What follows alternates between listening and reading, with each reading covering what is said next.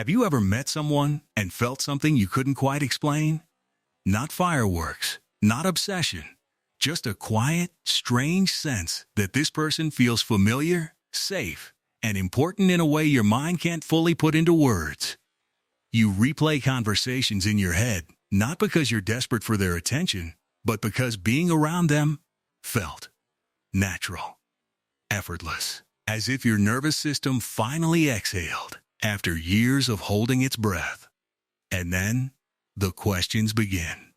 Is this real? Or am I imagining meaning where there is none? Is this what people mean when they say someone is meant for you? Or is that just a romantic fantasy we tell ourselves to feel less alone? Most people don't talk about this part. The quiet wondering. The late-night thoughts. The tiny moments of connection that feel bigger than they should. A shared look across a room. A joke that lands perfectly. A silence that doesn't feel awkward. A disagreement that doesn't feel threatening. A presence that doesn't drain you but steadies you. If you've ever felt that, you're not strange. You're human. The desire to find someone who fits not just your life, but your inner world is one of the deepest emotional drives we have. It's not just romance. It's attachment, safety, belonging, recognition, the longing to be seen without performing. But here's the truth. When something feels meaningful, the mind gets nervous. It starts questioning. It analyzes. It doubts. It searches for proof. Because hoping is risky. Believing is vulnerable. And trusting your feelings after past disappointments can feel terrifying. So this video isn't about fantasy love or fairy tale destiny. It's about the subtle psychological signals that appear when two people are genuinely aligned. Signals that often whisper instead of shout. Signals most people miss because they expect connection to be dramatic, intense, or chaotic. But real compatibility is usually quiet, steady, deep. And once you understand how the human mind recognizes emotional alignment, you start seeing your relationships differently. Not with desperation, not with fear, but with clarity. Human beings are wired for connection from the moment we're born. Before we understand language, our brains learn safety through faces, tones, touch, presence. Our nervous system records what comfort feels like and what threat feels like. And throughout life, we unconsciously search for people who recreate emotional familiarity. Not always healthy familiarity, but familiar patterns. That's why some people feel instant chemistry with partners who later hurt them. The brain confuses emotional intensity with emotional significance. But genuine alignment is something else entirely. It's when your system doesn't have to stay on high alert. When you don't feel like you must prove your worth. When closeness doesn't trigger fear of abandonment. When being yourself feels like enough. Psychologically, this happens because two people's emotional rhythms begin to synchronize. Their communication styles, stress responses, humor, values, and emotional pace start matching in subtle ways. This is called attunement. It's not something you force. It happens when two nervous systems feel safe with each other. That's why certain people feel like home. Not because they're perfect. Not because there's never conflict. But because even in disagreement, you don't feel emotionally unsafe. You feel heard, considered, respected. The mind recognizes this before logic does. You might not be able to list reasons, but your body knows. Your shoulders relax. Your breathing slows. Your thoughts feel clearer. You feel more yourself around them, not less. This is why the idea of someone being meant for you persists across cultures. It's not mystical, it's psychological. It's about deep compatibility between emotional systems. And once you experience it, superficial connections lose their appeal. Because your brain has tasted genuine resonance. When two people are aligned, their interactions carry a certain ease. Conversations flow without constant effort. Silence isn't uncomfortable. Humor lands naturally. Empathy feels instinctive. Even mundane activities feel meaningful because the emotional tone feels right. You may notice that you don't feel the need to impress them constantly. You don't rehearse every sentence before speaking. You don't feel anxious when they take time to reply. Their presence doesn't create uncertainty, it creates grounding. This happens because your brain doesn't perceive them as a threat to your emotional stability. And when threat perception lowers, authenticity rises. You become more playful, more honest, more open. Not because you're trying to build intimacy, but because intimacy already feels safe. Another subtle dynamic appears: mutual emotional responsiveness. When one of you is tired, the other senses it. When one is excited, the other mirrors the energy. When one is hurting, the other softens without needing instructions. This isn't mind reading. It's emotional intelligence meeting emotional availability.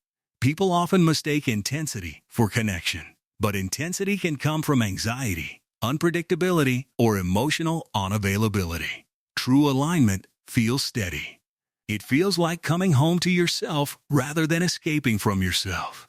Even challenges feel different. Disagreements don't feel like power struggles. They feel like two people trying to understand each other better. There's repair after conflict, accountability, willingness to listen. The relationship becomes a space for growth, not survival.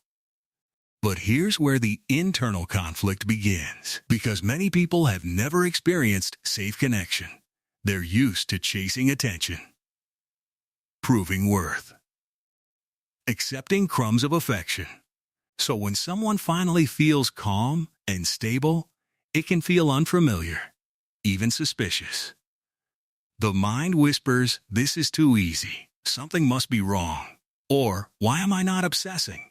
Maybe I don't care enough." Or, "What if I'm imagining this connection and they don't feel the same?" Past heartbreaks leave emotional scars. Betrayals teach the brain to stay guarded. And overthinking becomes a protective strategy. Instead of trusting experience, you start analyzing every word, every delay, every facial expression. You look for hidden meanings. You test them unconsciously. You wait for the other shoe to drop. Some people even pull away from healthy connection because chaos feels more familiar. Emotional safety feels boring when your nervous system is addicted to emotional adrenaline. This is why people sometimes leave good partners for toxic ones. Not because they don't know better, but because familiarity feels like love. There's also fear of vulnerability. When someone truly sees you, the stakes feel higher. Losing that connection would hurt more than losing a casual one.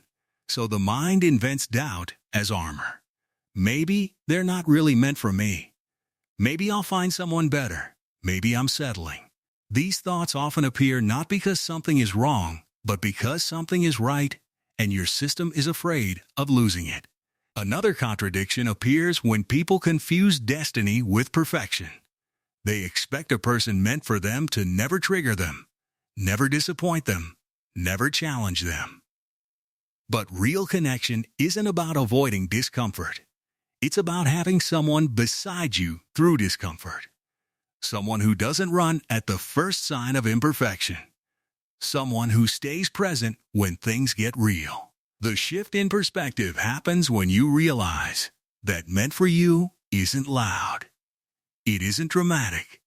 It isn't obsession. It isn't constant excitement.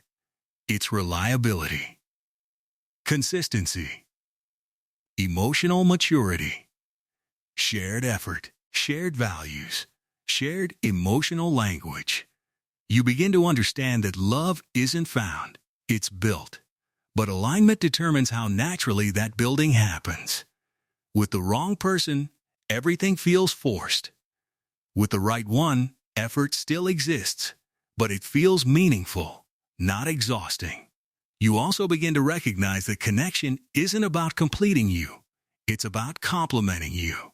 Two whole individuals choosing to share life, not two half souls trying to fix emptiness.